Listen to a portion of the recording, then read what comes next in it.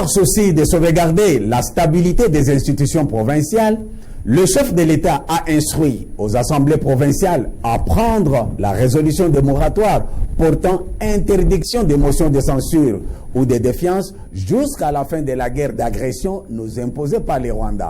Cette prise de position de l'autorité suprême a soulevé beaucoup de débats au sein de la classe politique et de l'élite congolaise. La stabilité institutionnelle, parlons-en.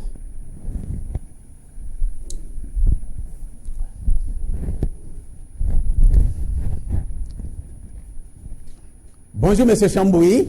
Bonjour, merci M. Génie. M. Chambouyi, vous avez soutenu avec force la décision du chef de l'État, prétextant que la sûreté de l'État est mise en mal par la guerre d'agression dont le pays est victime. Ne voyez-vous pas que l'autorité a ouvert la digue de l'arbitraire, susceptible de prolonger le pays dans beaucoup de difficultés?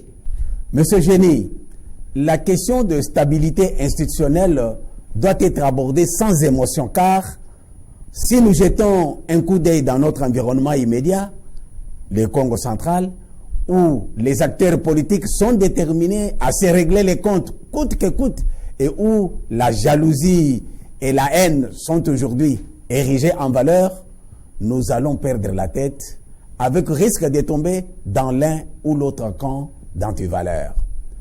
Abordons cette question en profondeur, de manière générale et dépassionnée. Outre la guerre d'agression dont nous sommes victimes, la question de stabilité des institutions est un problème capital de gouvernance pour le développement dans notre pays.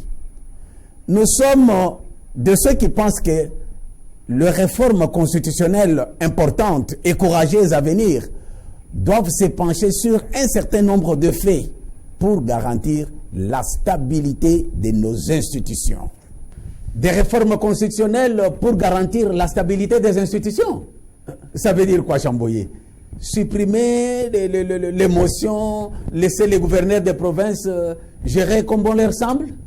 Non, Génie, ne m'amenez pas sur ces terrains simplistes en termes de raisonnement. Ça apparaît à un raccourci tordu pour conclure de la sorte. Quand moi je parle des réformes constitutionnelles, je pense directement au changement de la Constitution. Nous devons avoir notre propre Constitution conçue et rédigée par les Congolais. Une Constitution qui précise sans aucune ambiguïté que les sols et les sous-sols appartiennent à l'État. Nous devons procéder à la suppression des limitations des nombres et durées des mandats pour un président de la République. Un mandat renouvelable de 7 ans nous paraît indiquer la suppression du Sénat et des assemblées provinciales qui sont des structures, à notre avis, bidétivores et sont des réservoirs d'entretien des conflits. Les gouverneurs des provinces devront être non originaires, nommés et révoqués par le chef de l'État. Monsieur Chambouyi, ça m'étonne que vous voulez saper tous les efforts conjugués par le feu Étienne Tshisekedi Mulumba pour l'instauration de la démocratie en République démocratique du Congo. Et aujourd'hui, vous voulez nous faire revenir à l'unitarisme à outrance avec des présidences à vie, la concentration du pouvoir entre les mains d'un seul individu et les mandats à longue durée qui n'aboutissent généralement que par les abus. Non, non, monsieur Génie, non.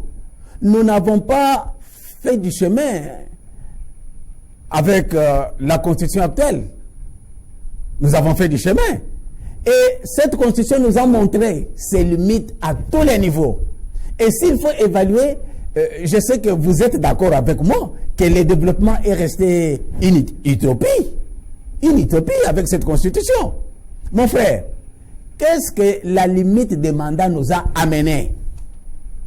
A-t-elle empêché les dérives et les crises récurrentes que nous déplorons tous les jours?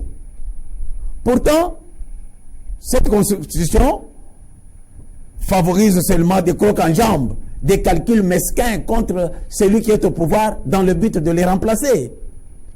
Je n'ai nullement parlé de la présidence à vie. Moi, je dis que la constitution actuelle nous a plus apporté des problèmes que des solutions. Elle empêche au souverain primaire de maintenir au pouvoir, tant qu'il le voudra, un chef qui répond favorablement à ses aspirations. Elle est un véritable frein au développement du pays. Organiser les élections dans un cycle de chaque 5 années, c'est plus coûteux pour un pays, la RDC, un pays d'un budget annuel encore faible. C'est ainsi que nous pensons au septennat. En outre, mon frère, vous ne me direz pas que la démocratie est contre la longévité au pouvoir si la politique mise en place rencontre les aspirations du peuple. Que direz-vous de Benjamin Netanyahou, toujours voté par le peuple d'Israël, déjà 18 ans, ou de Madame Angela Merkel? Mais cette dame a fait 16 ans. Cela veut dire qu'en Israël, tout comme en Allemagne, la démocratie est en reculement. Vous semblez tourner les doigts à la démocratie, M. Chambouillet. Ne savez-vous pas, ou vous le faites de manière délibérée, que le nombre et la durée de mandat du président de la République, la réduction des prérogatives des provinces et des entités territoriales décentralisées sont verrouillées par l'article 220 de la Constitution? Vous aimez bien revenir sur ces lambeaux de Constitution pour emprunter le langage du chef de l'État. Monsieur Génie, sachez que beaucoup de pays dans les années 90, disons 90, étaient secoués par le vent de la perestroïka initiée par Mikhail Gorbatchev, vous le savez. Beaucoup de pays s'étaient lancés dans les copier-coller des modèles de constitution des Occidentaux sans tenir compte de leur propre réalité de conception du pouvoir. C'est l'exemple de la limitation du nombre de mandats d'un chef de l'État. Mais aujourd'hui, plusieurs pays ont levé ces verrous. Ils ont jeté ça. Dans notre sous-région, Afrique centrale, nous sommes en retard d'ailleurs, parce que nous sommes le seul pays à garder encore cette recette difficilement comestible. Limitation des mandats. Nos voisins de Congo-Brazzaville ont rejeté la limitation des mandats par un référendum depuis 2015. Au Cameroun, l'Assemblée nationale a enlevé ça en 2008. Mais en République centrafricaine, c'était en 2013. Et le mandat est même passé de 5 ans à 5 ans. Ouganda, en 2005, il y a eu un amendement constitutionnel qui a supprimé la limitation des mandats. Notons que la Côte d'Ivoire l'a fait en 2016. Et le Togo, dernièrement, a procédé à la révision constitutionnelle de 2024-2025, qui a modifié la manière d'élire le président. Il n'y a pas de limitation de mandat. En dehors du continent africain, il y a des pays comme Singapour qui a supprimé la limitation. Voire même la Chine qui nous fait des routes, qui nous fait des immeubles ici. Mais la Chine a supprimé cet envoûtement des limites depuis 2018. Pourquoi devons-nous rester dans cette conception occidentale? Pourquoi?